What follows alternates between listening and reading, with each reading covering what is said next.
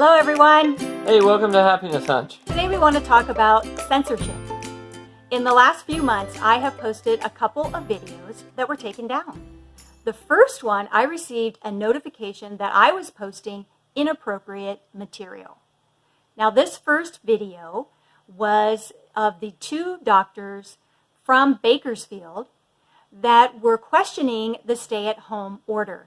They had collected a lot of data and they were explaining how viruses work, and they didn't understand the stay-at-home order. They didn't understand the need for it. And they did a lot of explaining of these numbers and of the physiology behind all this. I thought it was a great video, but I posted it and it was shortly thereafter taken down, and other people kept posting it. Right? So it did end up getting views, and other people had to keep reposting it because it was taken down. And I received a notification that I was posting material that was inappropriate. I don't understand how two doctors explaining their data and explaining human physiology could be inappropriate. It doesn't make any sense to me. More recently, I posted a video that's entitled "The Inconvenient Truth About the Democratic Party." The reason why I posted it is because it's an excellent short description of history. So it's a political science professor at Vanderbilt University describing the Democratic Party and different actions that they have taken in terms of civil rights. It described how they initiated the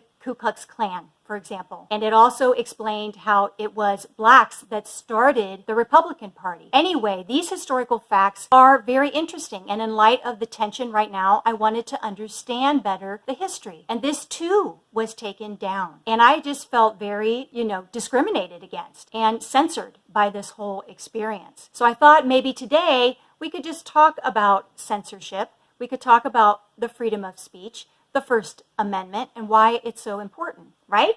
Right. I wanted to say that the irony of that second video is that it was an African-American woman. And so I was really struck by the fact that presumably a bunch of white people at Facebook judged that a very nice little presentation on the history of the Democratic Party was deemed inappropriate content, even though it was true. It might be an inconvenient truth, but it is true. And so it was really, really super annoying to be censored in this way. This woman gave a very peaceful presentation on this material, and I really just had a very hard time understanding it. And it's been the case ever since I've been on Facebook. I would notice little things, and I would be like, wow, that's kind of weird. But this time, it really bothered me. And I just thought, wow, we need to talk about this, and we need to not be accepting of this. We need to call people out when they do this. We need to talk about it. It's not like Facebook, in this case, was breaking a law in taking down the videos that I posted. But how much integrity does Facebook have when they're doing stuff like that? My trust level is pretty much in the toilet with Facebook, and that's why. Because they're taking down material. Everything, the two things that I posted, there was no sexual content, no violence. It was just people explaining things. And in my mind, that's what the First Amendment is all about. Wouldn't you say? Well, yeah, let me talk a little bit, sort of philosophically or historically about the First Amendment. I think it's important.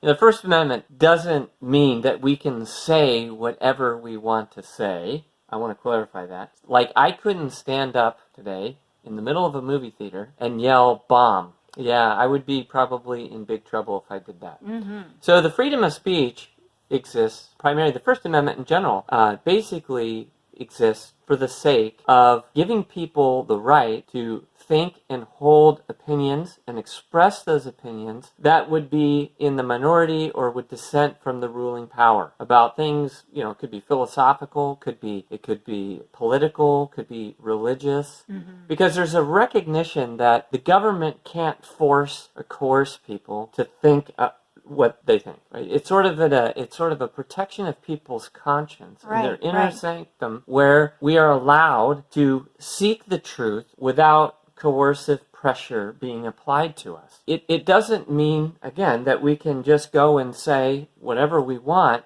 We have to use our speech responsibly for the sake of the common good. Right. But what it protects us against is thought police, in state-sponsored indoctrination, or in this case, it would be corporate sort of enforced indoctrination. Now, one thing I would say also is that it's not that what we're not saying that what Facebook and YouTube are doing is illegal, but we are, because they are a private company, there are certain terms of agreement. Within our laws, they have the right to take down and put up what they want. But they're not applying the principles consistently, right? They're showing a very, very serious bias in one way. So, while they may not be breaking the law, they are not acting with fairly integrity or justly. Right. They're trying to shape, and they're trying to use their position of influence and quite honestly power, because they have a monopoly lot of power on the flow of communication Yes. and information. It And is a they're monopoly. they're using that power to try to shape people's opinions rather than just allowing their people's ideas to be out there, Right. and let people decide and make up their own mind. Right. I will post those 2 videos that I put on my Facebook in the notes of this video so that you can see how peaceful and,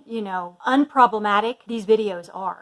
It is sharing information, but it's very peaceful. There's no violence. There's really nothing that, other than opinion, that would cause you to delete these videos. Well, and it's kind of a mix of opinion and fact. And even if that's true. That's if true. there's some error in it, like, that's okay. Yeah. That's how we learn, is that we have an open forum for being able to discuss ideas and together work our way towards a clarity around the truth. Yeah. If people in positions of power and influence are going to decide always what the rules of that discussion and debate would be, that's very scary. Yeah. That's why, as Americans, we're very proud of the First Amendment, because it allows us to have open and honest discourse, even if we profoundly disagree with each other. Well, and really what I posted really was, both videos were loaded with facts. The first video simply had the opinion of questioning the stay-at-home order. So that was the only real opinion piece in all of it. So it was really just facts, and it was taken down. So anyway, I will put those in the show notes. I also just wanted to mention Trump's executive order on preventing online censorship that he authorized on May 28th, 2020, so very, very recently. And I'm wondering if we'll see a change, because within the current law, there is sort of this loophole that to be able to censor things that, especially in terms of children, would not be healthy or good for them, like extreme violence, sexuality, things like this that most people would agree, for the sake of the common good and for the good of children, we wouldn't want them to be exposed to these things. But it seems to me, and I think probably to a lot of other people, that Facebook and a lot of these, Twitter, they're using that loophole, and they're just censoring things that, like what I posted, which was perfectly legit, no problem. So I just wanted to highlight that, talk about censorship. I think we need to speak out about censorship. We need to be pretty loud about this, because it's a real problem. We want to have integrity and justice in our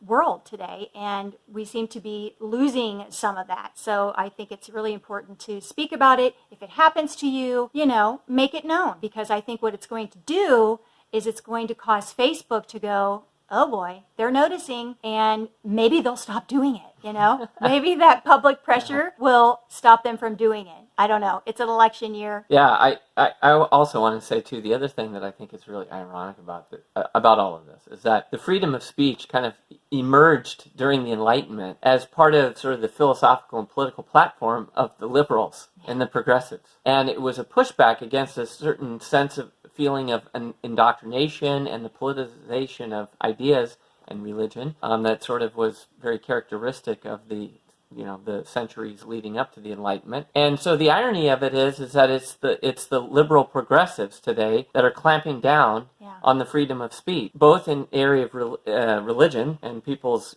convictions around their conscience around matters of ethics, religion, and now politics. So they're being very dogmatic. They're being very ideological. They're not really cultivating a sense of open dialogue where people can respectfully disagree with each other. Yeah. And it's because, and that's hard, because that kind of freedom requires a certain kind of honesty that we need to have. And we have to be honest both in what we say, but we also have to be honest in what we hear and how we listen. A lot of times people say things that are true and we don't want to hear it. And oftentimes in politics, what happens is politicians will take a strong stand on something, and then they're wrong. Yeah. Or and they don't want to correct or say I was wrong.